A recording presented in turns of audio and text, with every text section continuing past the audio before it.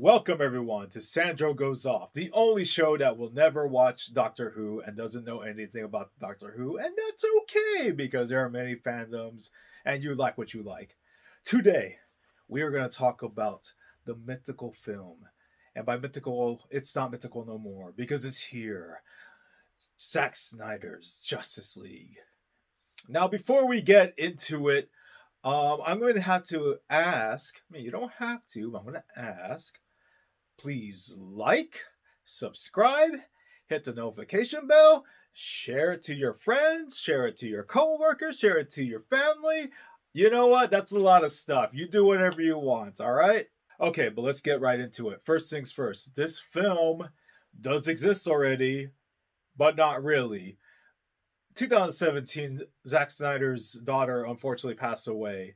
And so the people at Warner Brothers, the bigwigs, if you will, Foghorn Leghorn and Elmer Fudd, they asked Joss Whedon, of all people, it's like, Joss, you love feminism, and we love that. We saw what you did with the Avengers. Can you do that with the Justice League? So Joss Whedon's all like, yeah, sure, I can do it. That's not how he talks, but, in my mind, that's how he talks.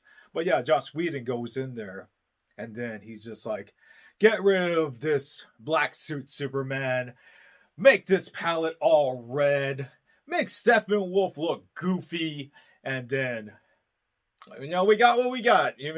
People didn't like it. I keep telling people for years that, it's fine. It's whatever. But, if I gotta be honest, it's not that great. Actually, out of all Zack Snyder's, films, still to this day, my favorite is Dawn of the Dead. But I digress. With all that said, people have been clamoring for Zack Snyder to make this film since then. Because before Zack Snyder was saying, I wanted to have a Green Lantern in it. I wanted to give Superman a mullet. Just crazy comic accurate stuff that Zack Snyder originally wanted. And, people have bitched about it until they just gave in. I mean, there's no other way to say it. People bitched about it.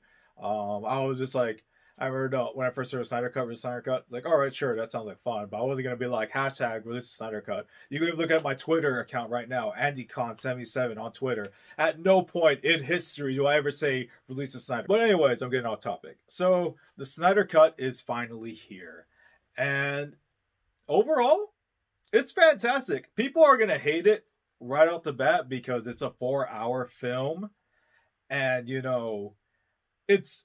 it is basically the same movie. So with that said, yes, this film is fantastic. 4 hours flew by fast. I was engaged, even though I've seen the previous film. It feels like a comic book. You ever just sat down for 8 hours in a day and just read comic books all day? It's kind of like that, except, you're sitting down and you're watching it and everything. The last time I watched a 4-hour film was when I sat down and watched that 4-hour documentary, Finding Neverland, on whether or not Michael Jackson touched those little boys or not. And I have to say, I'm actually pretty happy to say that this film, Zack Snyder's Justice League, was a lot more enjoyable than watching Finding Neverland. In the original cut, Batman's kind of a bumbling idiot. In this film, he's more faith person. He's starting to trust people more. Whedon's cut, you had very little Alfred. This one, you have a lot more Alfred. And Jerry Irons, wow, chef's kiss, man. That guy can act, and I'm glad that he taught Diana. Also, yeah, spoilers. I mean, it's a 4-year-old movie technically, but yeah, Jeremy Irons, aka Alfred, teaches Diana how to cook tea in this film, and I'm just like, how the hell is Diana 5,000 years old doesn't know how to cook tea? But there was also very much little surprises in this film. In the Whedon cut, there was a little hint that Batman and Diana were having a romance.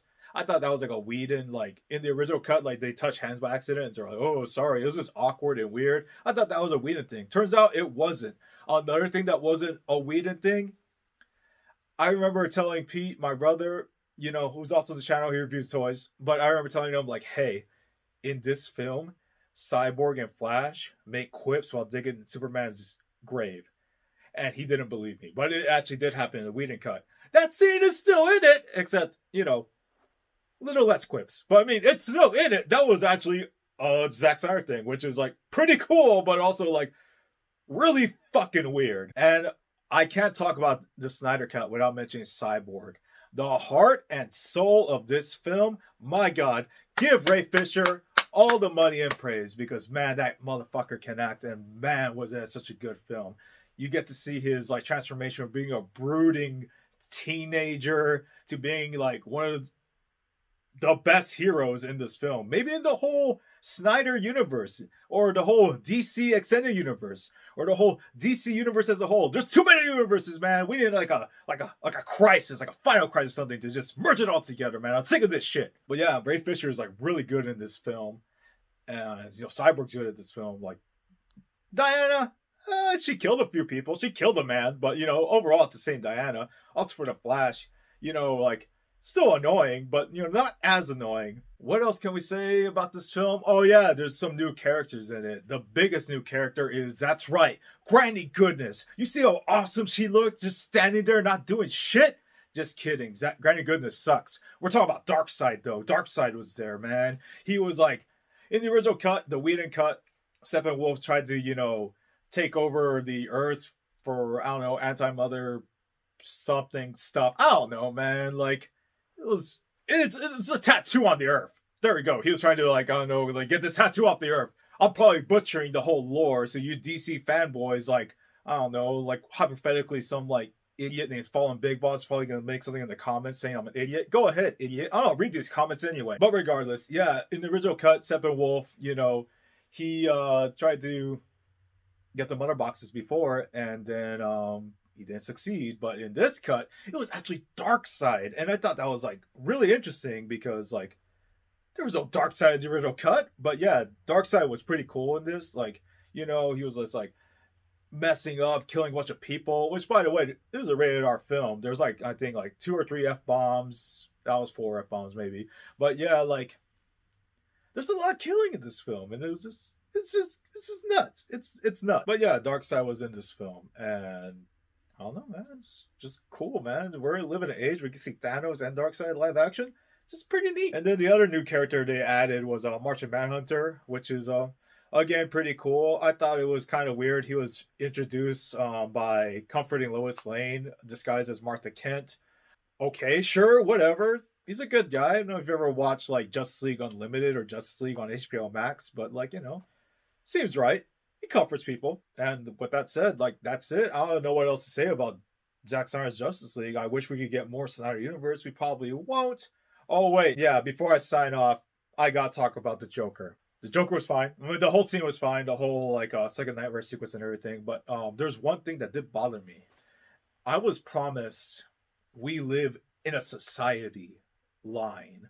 I saw that in the trailer for the Snyder Cut. So where the fuck was that line? Where was it? Maybe I mentally blocked myself because I was just like looking at this and I just didn't catch it. But did that line even get uttered? Did it not? Could it be that there's a Snyder Cut of the Snyder Cut? Hashtag release a Snyder Cut. Make it happen, people.